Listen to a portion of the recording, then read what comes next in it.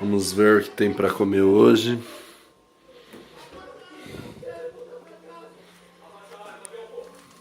Oi, filho! O que você tá fazendo dentro da minha geladeira, filho?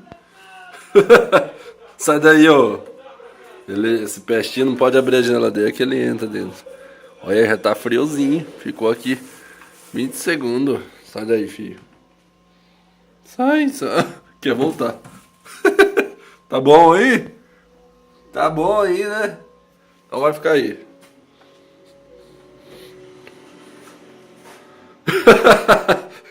Ah, meu Deus do céu.